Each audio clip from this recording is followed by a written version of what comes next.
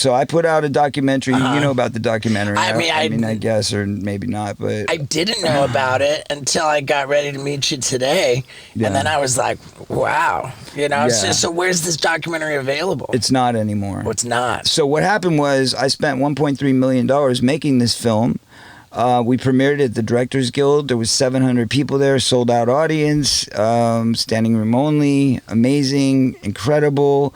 And the night we get there, we start the film, and it was streaming globally because I was the first person actually ever to do a live global streaming VOD premiere. And people had paid to stream Pay-per-view, right. Was it successful? It would have been had we not gotten hacked and pirated.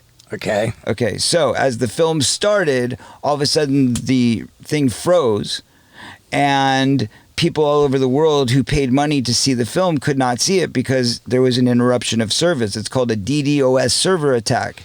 Okay. So we got a DDoS server attack that shut down the film, shut down the stream. They actually copied it. They stole the stream. They copied the script. And then they created a subsidiary website that was like a Copycat website that went up literally live the moment our stream came down. And they started selling tickets for $30 versus us who were charging $20 for the ticket. So they're taking the same movie, same stream, same script, so it looks like the same website. They even pushed it up in the Google search. So mine was mytruthdoc.com. Theirs was mytruthdocs.com. They put up a fake website the same exact time that our premiere is happening. When they shut down yours, did they direct all of your traffic to their page? Correct. So they would have had to have been able to edit your page as well, but I guess they hacked it. Well, yeah, they hacked it. They stole the stream, they copied the script, wow, and they were able to build another prototype of a website that looked exactly like ours that went live the moment that ours went down. So by the virtue... And then somehow the media just never talked about it because the next day was COVID, so nobody wanted to talk about it. And so I've never been on any talk shows. The news won't have me on. That's why I say media blackout, because all the mainstream media has prevented me from coming forth and talking about this story. Given that these hackers actually monetized it, they took money, isn't it possible to follow that money trail and get to these people who committed the copyright? Yeah, you'd need a lot of expensive lawyers and a lot of investigators. Were you able to get any sense of how many buys they did? Well, I have no idea how many tickets they sold for their, fake, but I know that it was up for 3 months before we even knew about it. I found it by accident. Or actually, my director, the guy who directed the film, Brian Herzlinger, texts me one day and he goes, "Hey, do you know about this? You just did a post for our movie that goes to a different website." And I'm like, "What?" And he's like, "Yeah." And it was like an accidental thing. Like I put My Truths instead of My Truth by accident, and you click on it and it's an actual website, but it's not our website. And he's like, "Yeah, dude, that's an entirely different website. That's not our website." I was like, "Holy shit." And it was and they were selling the tickets. So that was multiple different websites. Okay, so there was that one. That was the main thing, how they were pulling the money out. But the way they liquidated the movie and made it worthless was by putting it out for free all over YouTube. So they put out about 200 free links on YouTube.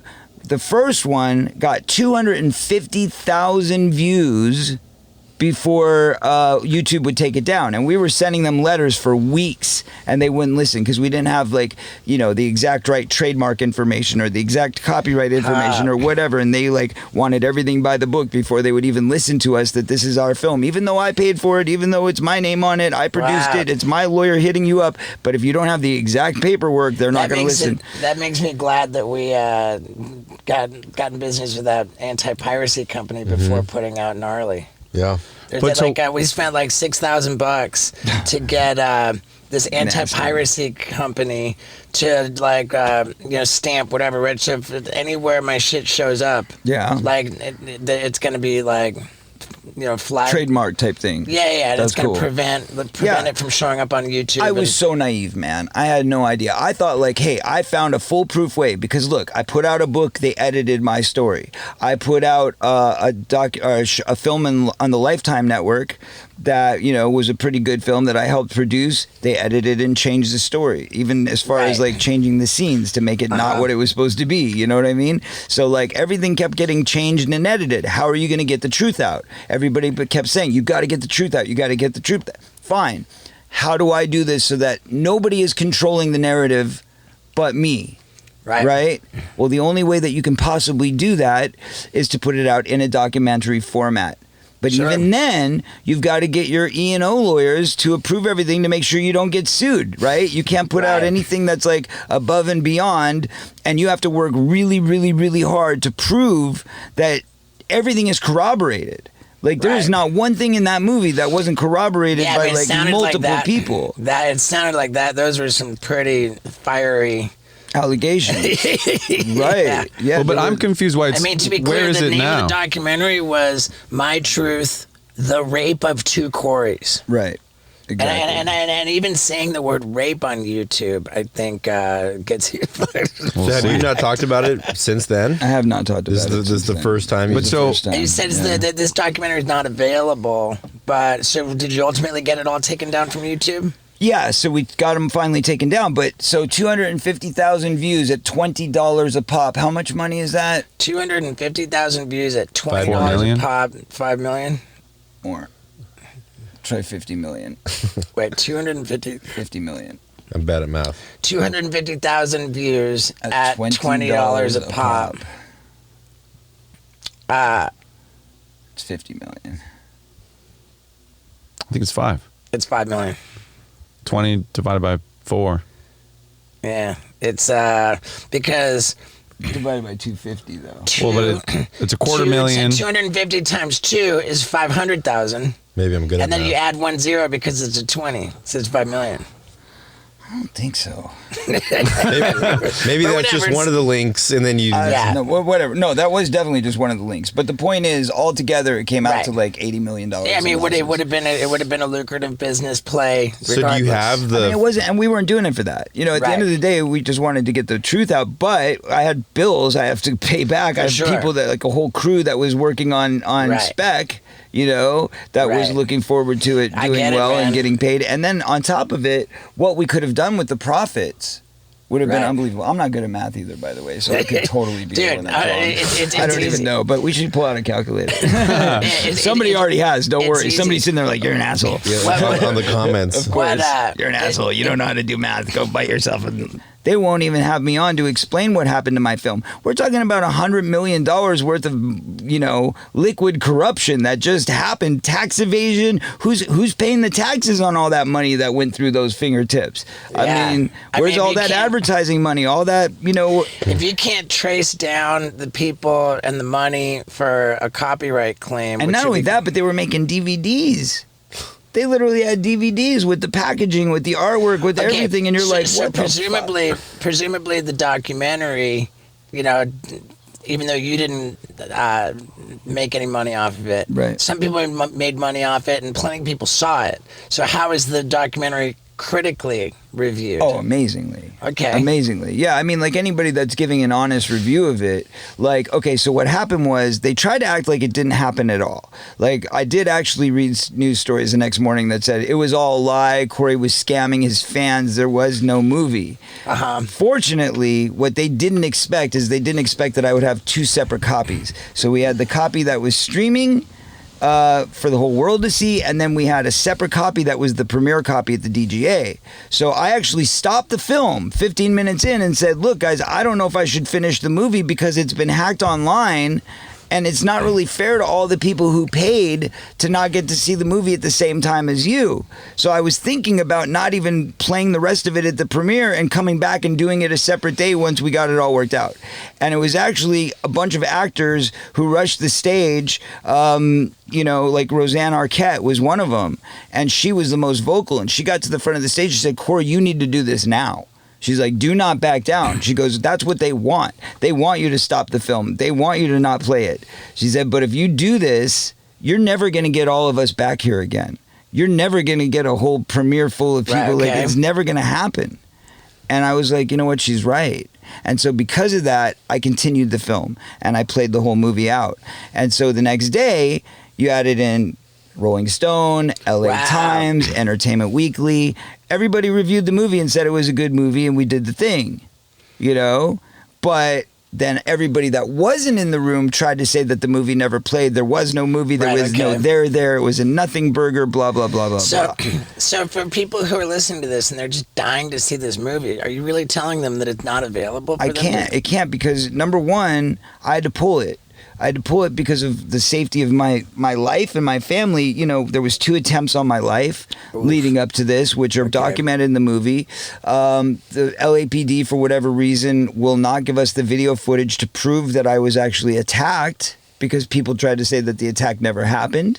That's the way they spun it. The LAPD officer, for whatever reason, after I have video footage of them photographing the wound and sizing the scar and the laceration, right? They're literally like sizing it and taking pictures of it in the hospital then they room. said that they turned around and said there was no puncture wound. Yeah.